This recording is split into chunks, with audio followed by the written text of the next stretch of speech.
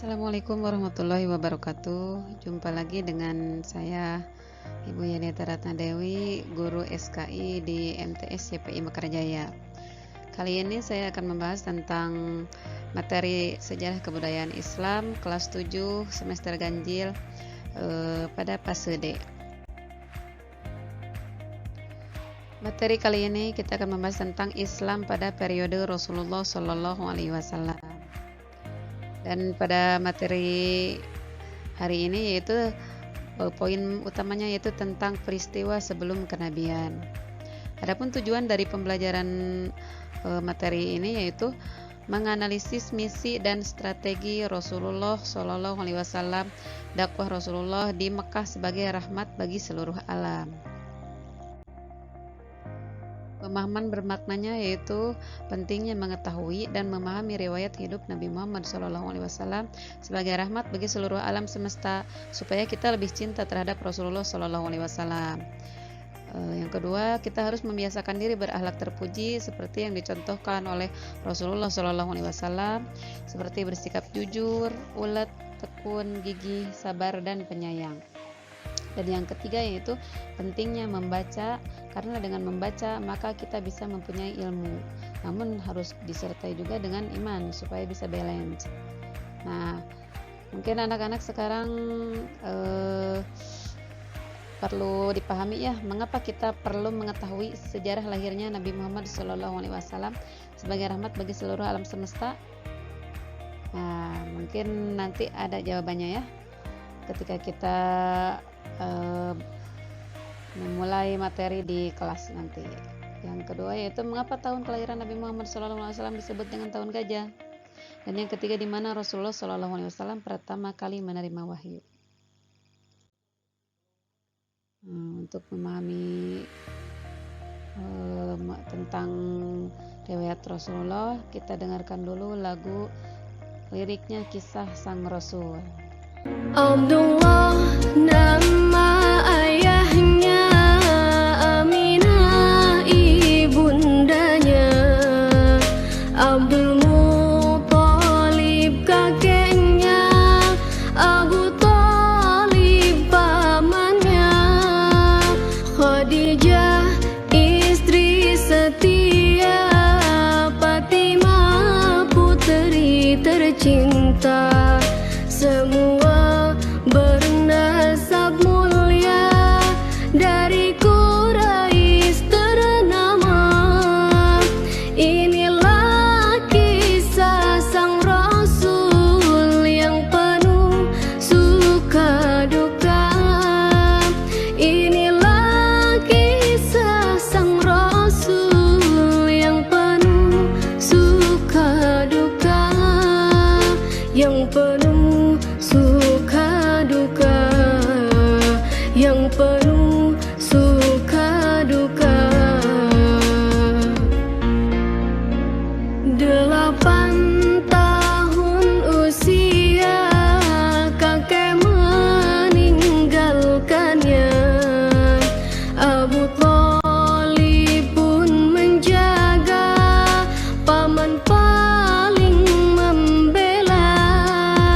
Saat kecil mengembala, dagang saat remaja, umur 20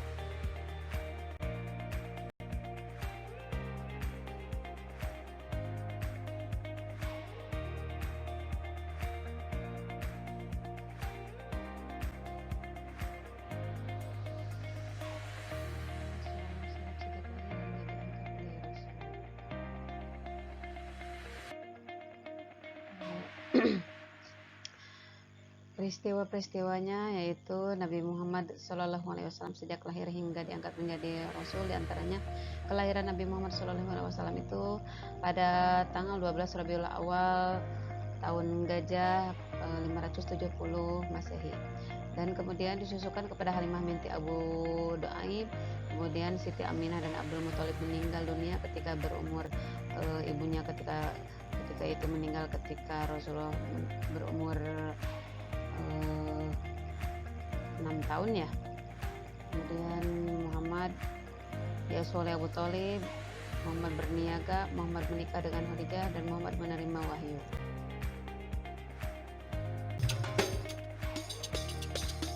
Tahun kelahiran Nabi Muhammad SAW dikenal sebagai Tahun Gajah. Di tahun ini, Abraha dan tentara gajah menyerang kota Mekah untuk menghancurkan Ka'bah mengalami kekalahan. Abraha membangun rumah ibadah di Yaman. Ia ingin memindahkan pusat ziarah, pusat keramaian, dan pusat ekonomi dari kota Mekah ke kota San'a di Yaman. Sebelum Nabi Muhammad dilahirkan, kondisi Mekah saat itu adalah tempat berziarah manusia di Jazirah Arab. Suku-suku dan orang yang berziarah ke Mekah tidak hanya menyembah kepada satu Tuhan, tetapi kepada banyak berhala. Saat itu, Ka'bah diisi sekitar 360 berhala yang memiliki berbagai kegunaan. Ka'bah yang merupakan simbol Allah yang Maha Esa dibangun oleh Nabi Ibrahim alaihissalam dan Nabi Ismail alaihissalam. Saat Abraha tiba di Mekah, ia berhadapan dengan Abdul Muthalib, kakek Nabi Muhammad SAW dari jalur ayah, sang penjaga Ka'bah. Abdul Muthalib terkenal karena kesalehan, kebijaksanaan, dan kemurah hatiannya. Dia seorang muslim yang tidak menyembah berhala. Abdul Muthalib meyakinkan Abraha bahwa Allah akan melindungi Ka'bah. Ketika tentara Abraha menyerang, datang tentara buruh berterbangan di langit Ka'bah, melempar dengan batu kepada tentara Abraha dan mengalahkan mereka. Pada tahun inilah Nabi Muhammad SAW dilahirkan. Pada malam 12 Rabiul Awal, Ibu Aminah melihat langit begitu cerah tanpa terhalang mendung sedikit pun.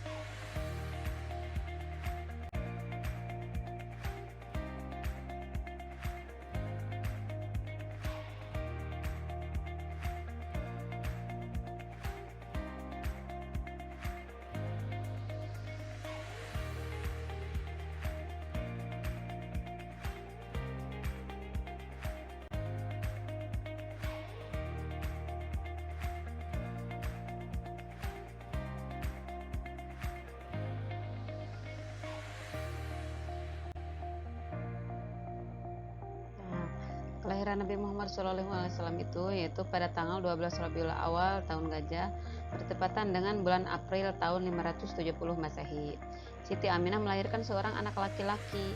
Dengan penuh kegembiraan, Abdul Muthalib atau kakeknya menggendong bayi itu dan dibawanya ke Ka'bah.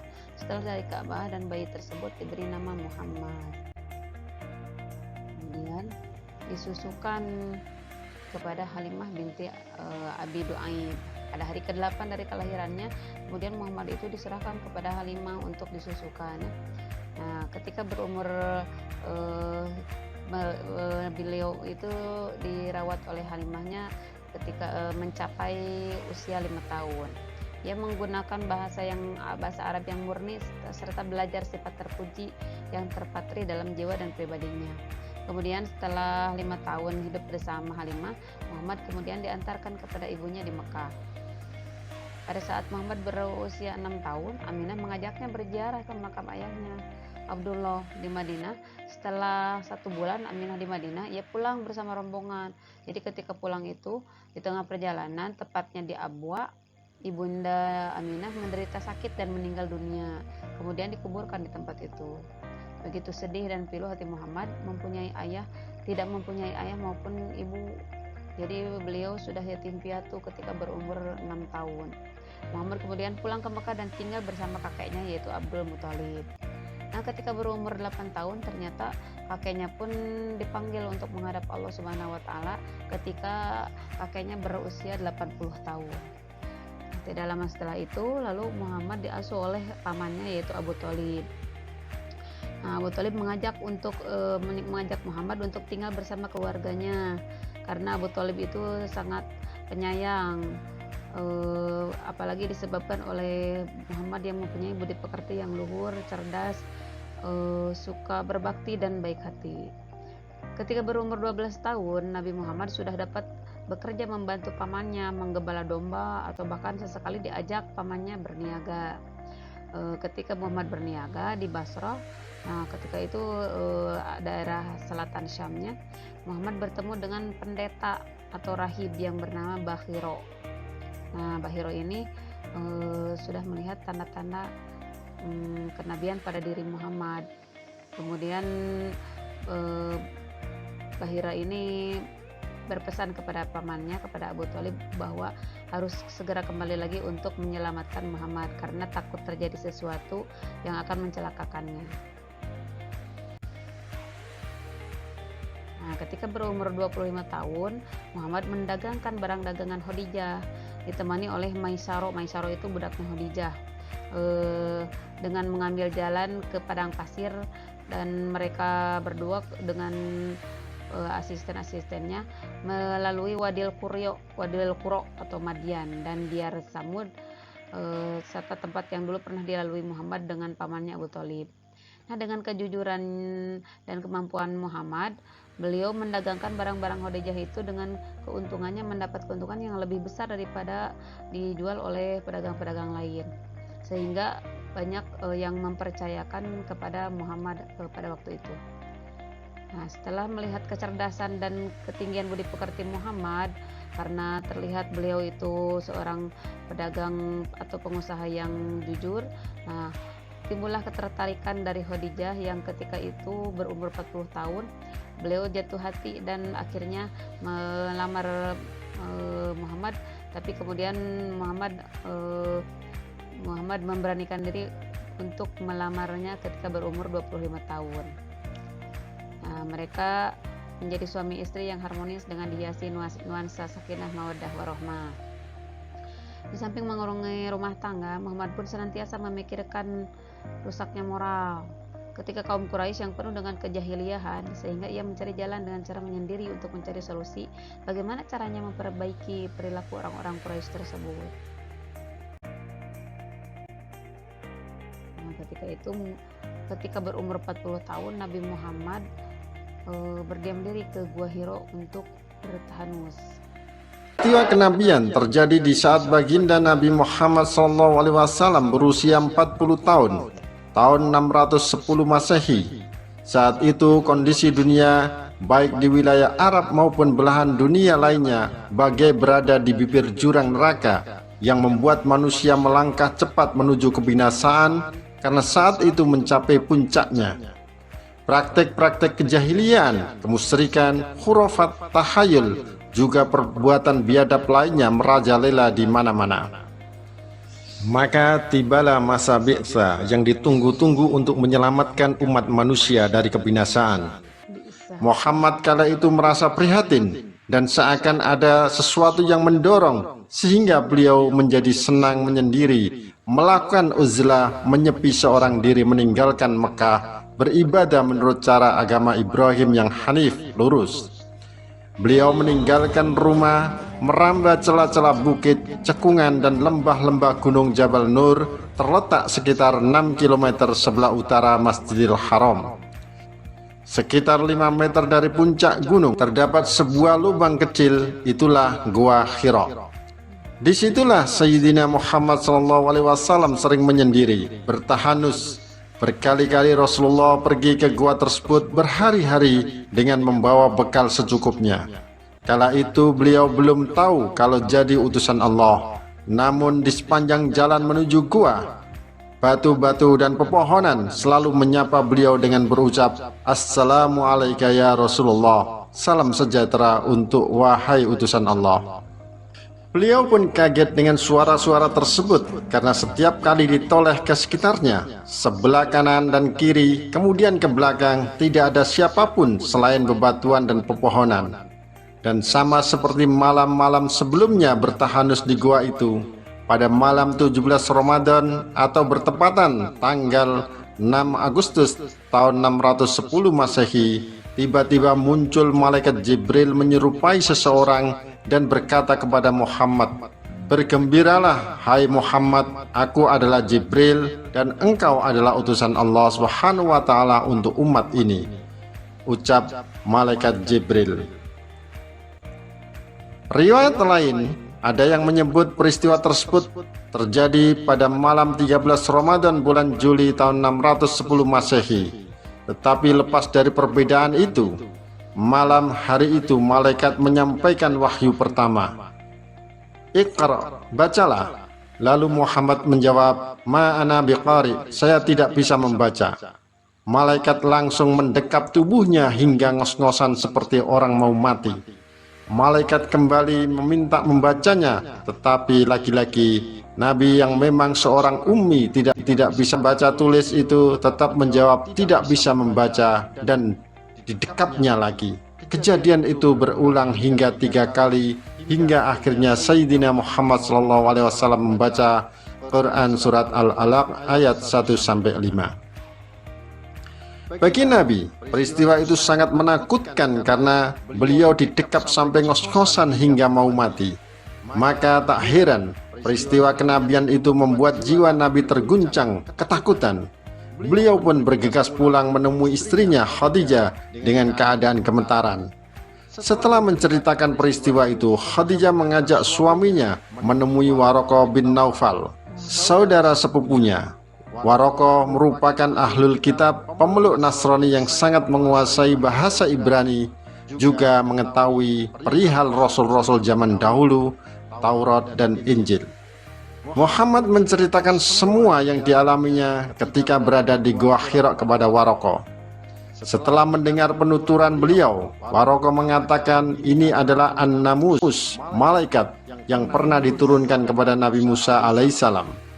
Penjelasan Waraqah membuat jiwa Nabi yang awalnya terguncang mulai tenang. Namun setelah itu Nabi kembali gelisah menyaksikan apakah dirinya benar-benar seorang Nabi sebagaimana disampaikan Waraqah, karena wahyu berikutnya ternyata tidak turun lagi. Bahkan waktu penantiannya sangat lama. Inilah yang dinamakan dengan masa fatratul wahyi atau masa terputusnya wahyu. Tidak ada wahyu lagi yang turun. Ada riwayat yang menyebutkan masa fatratul wahyi berlangsung selama 30-40 hari.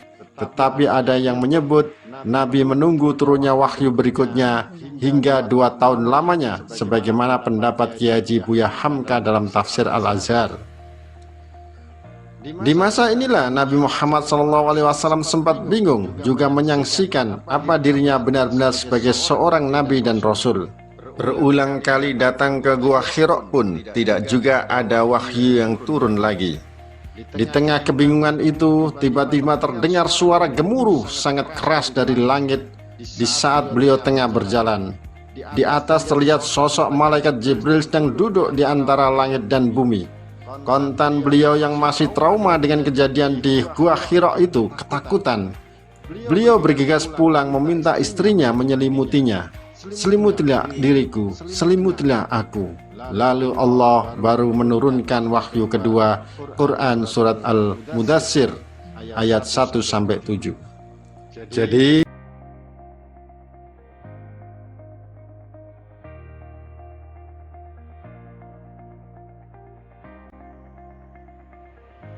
Nah, ini adalah wahyu pertama, yaitu surat Al-Alaq ayat 1-5. Bismillah.